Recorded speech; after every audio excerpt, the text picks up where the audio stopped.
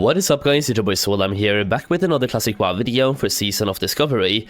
Now with Phase 2 coming out in a couple of weeks time, well it hasn't really been confirmed yet, but they have said it was going to come out early 2024, and that's where we are now.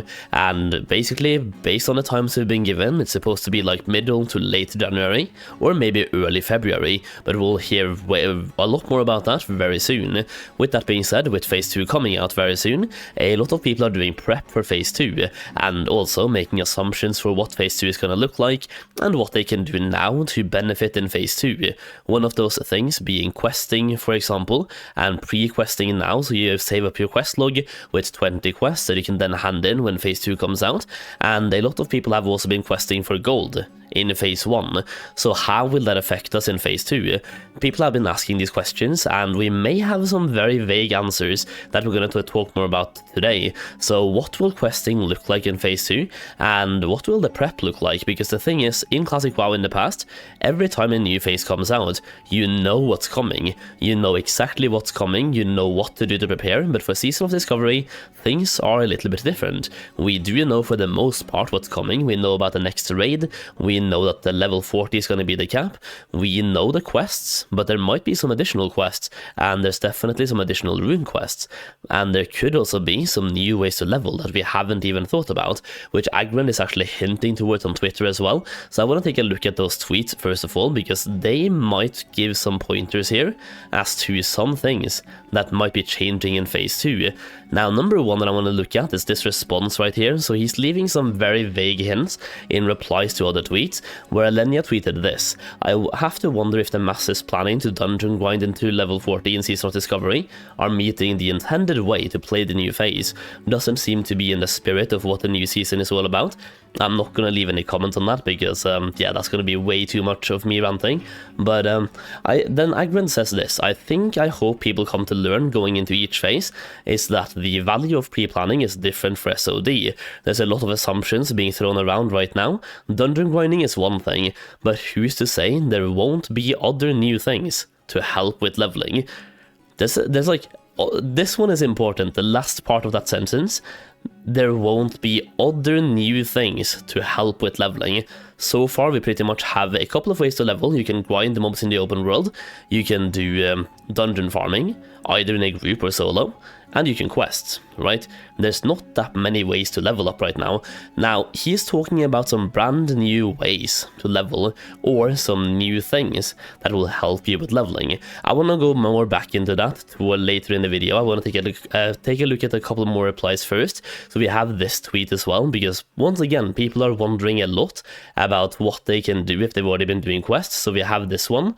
I could be wrong, but I think if you did all the quests that you could at level 25, then you would only need to dungeon and slash or mob grind to like level 30, and then quests should pop up again. I think the main reason people plan to dungeon grind is to avoid PvP, and Phase 2 is going to be wild. It was rhetorical. I would maybe not make assumptions at this moment that it will be your only option. Once again, leaving a maybe not so subtle hint here that there will be more options to leveling, or more tools to help you out basically, instead of just questing. In which case, like, if you've done all the quests you can right now, then your character is kind of bricked, like in this case right here.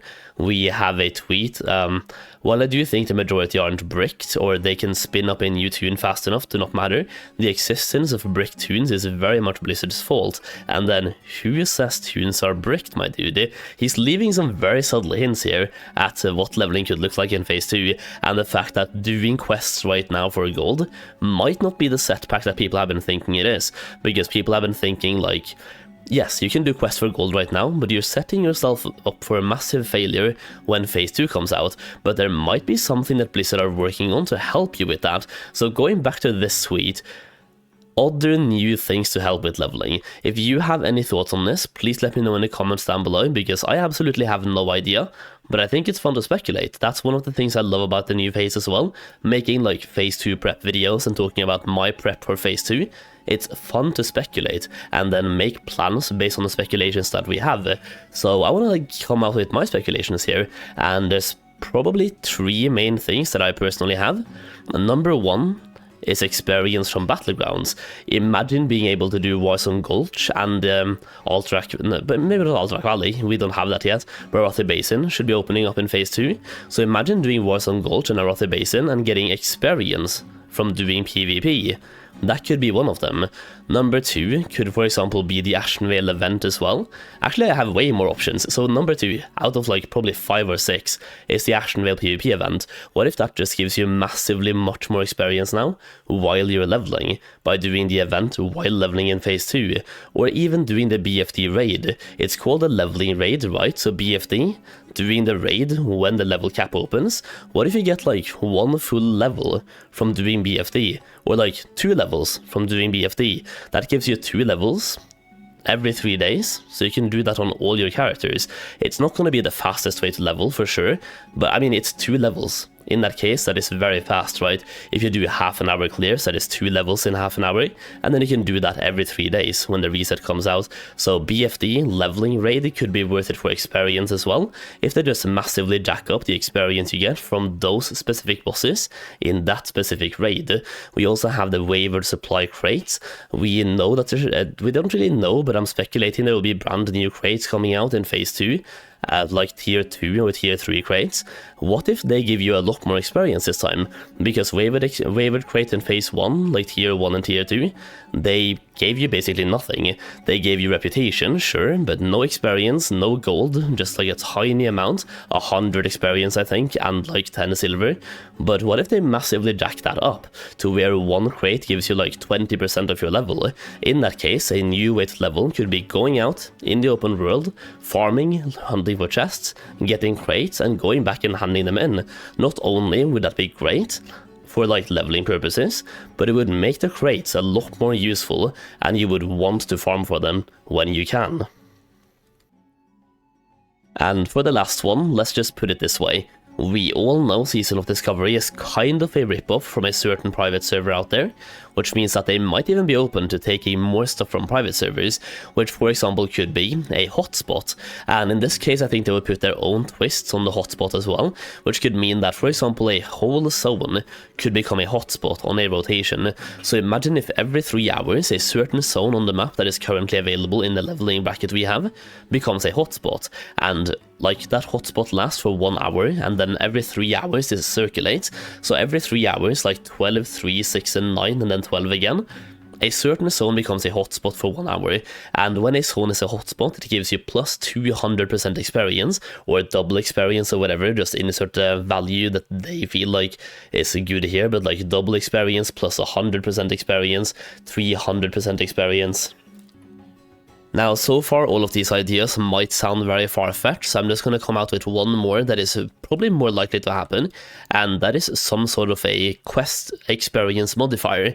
Like for example in Season of Mastery we did have this, where dungeon quests and group quests gave you more experience.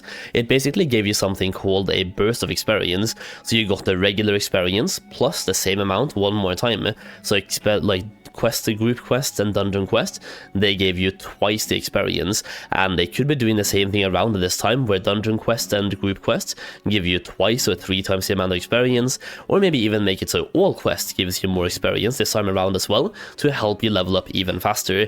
That is something I can see happening, where there's some, like, modify the quest experience a little bit to make sense, to where it's not too fast, but it gives you some help.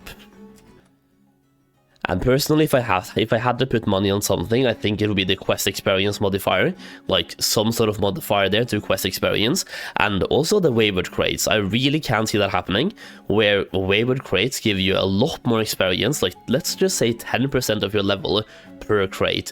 That way you want to go back, like let's just say you find that crate while you're leveling, you want to fill it up, and you want to stack those filled crates in your bags, or you want to take it back and hand it in. 10% is a significant amount to where you actually care. If it's only like a regular quest, then maybe you don't care, but 10% of your level, you definitely do care about that. So they want to like hit the perfect sweet spot there, to where it's not too overpowered, but you do care about the crate. And so far it's been used for reputation, which is fine, but we need to have like more use cases for it, and having it be a main drive in leveling leveling could be really fun and could be really interesting. So I can see that happening too, like some sort of experience, like massive modifier to experience from the wayward supplies. But yeah, once again, let me know your thoughts in the comments down below.